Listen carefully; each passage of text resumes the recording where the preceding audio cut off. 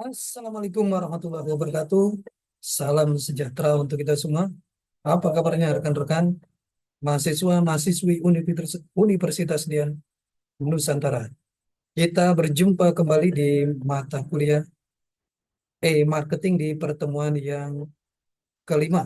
Tidak terasa kita sudah memasuki pertemuan yang kelima. Mudah-mudahan Allah Subhanahu wa taala Tuhan Yang Maha Esa memberikan kita keberkahan kesehatan sehingga kita bisa menyelesaikan mata kuliah ini dengan sukses dan lancar. Rekan-rekan semuanya, sebelum kita memulai proses belajar mengajar ini, alangkah baiknya sama-sama kita berdoa agar proses belajar mengajar ini berjalan dengan sukses dan lancar. Berdoa menurut keyakinan dan kepercayaan masing-masing. Berdoa dimulai.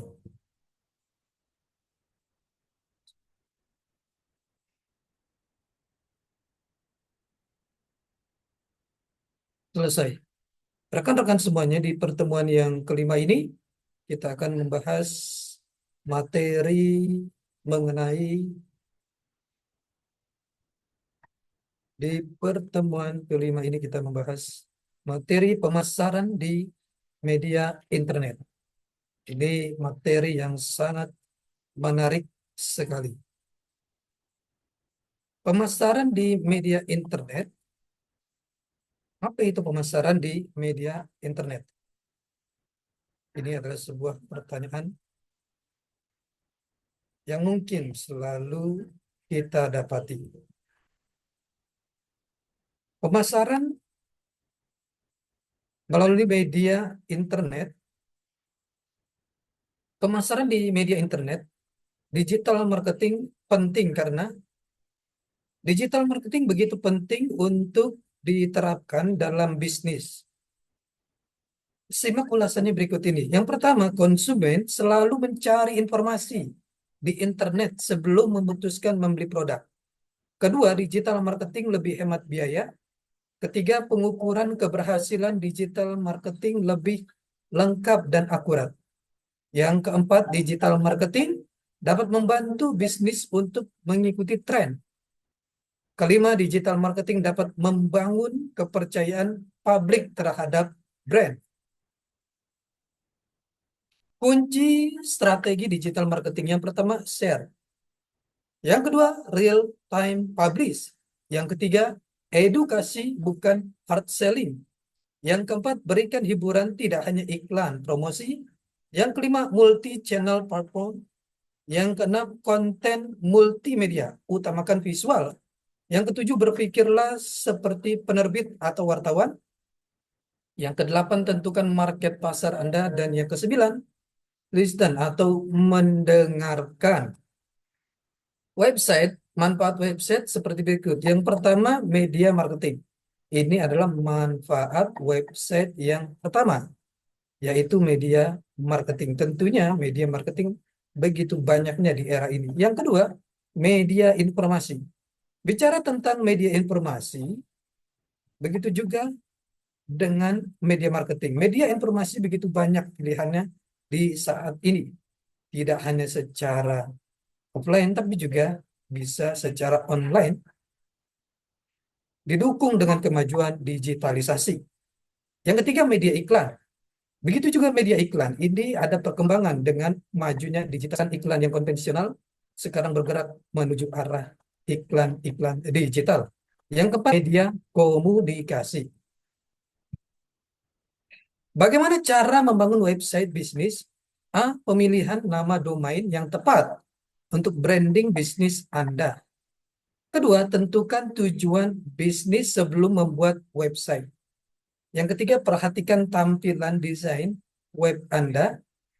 Yang keempat, bangun kepercayaan melalui konten Anda. Dan yang kelima, promosikan website Anda untuk bisa ditemukan di internet.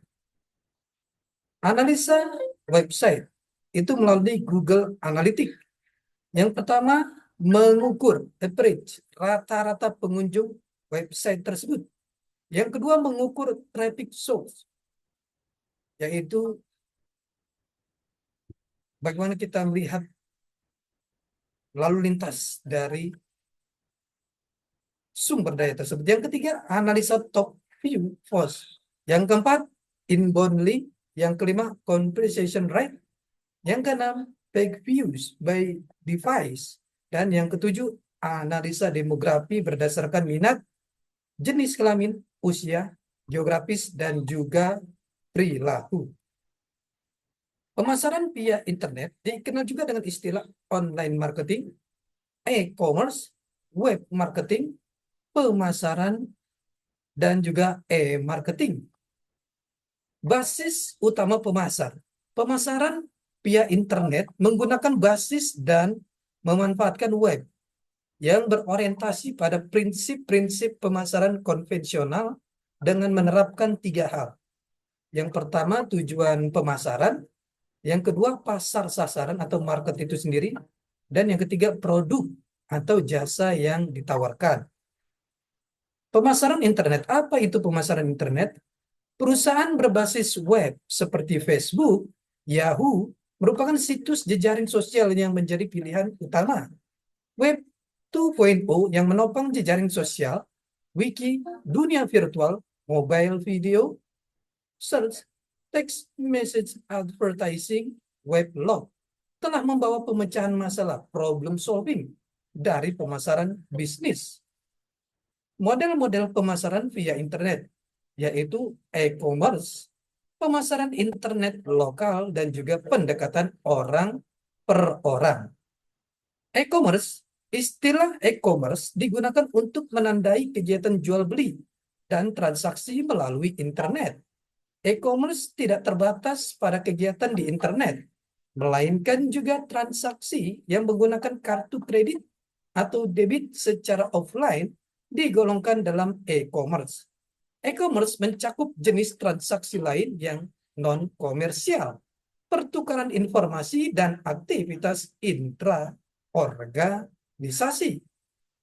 Pihak-pihak yang terkait e-commerce, B2B, business to business, B2C, business to consumer, G2G, consumer to consumer, collaborative commerce, G2B, consumer to business, intra-organizational commerce, dan G2C, government to citizen. Manfaat internet, yaitu biaya yang relatif murah dan juga muatan informasi yang besar.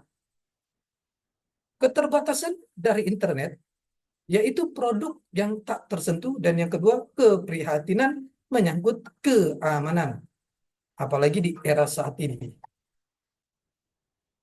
Seperti di internet, kalau kita lihat, email dan layanan komunikasi dan ke online, merek, perekrutan karyawan, distribusi informasi kepada investor, dan hubungan masyarakat, juga intranet untuk karyawan berbagi pengetahuan dan berkolaborasi. Selanjutnya kita bicara tentang branding dan selling dalam digital marketing itu sendiri.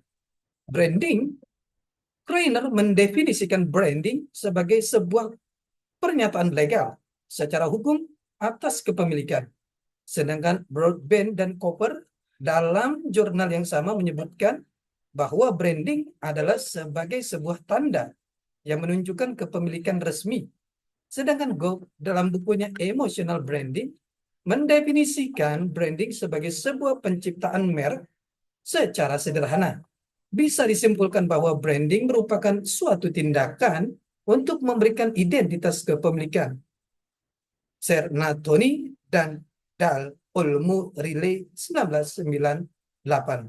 Branding merupakan aktivitas berkomunikasi yang dilakukan oleh perusahaan yang memiliki produk, organisasi, individu, atau siapapun itu yang bertujuan untuk mendapatkan respon dan citra atau image yang baik dari stakeholder, konsumen, atau rekanan bisnis lainnya.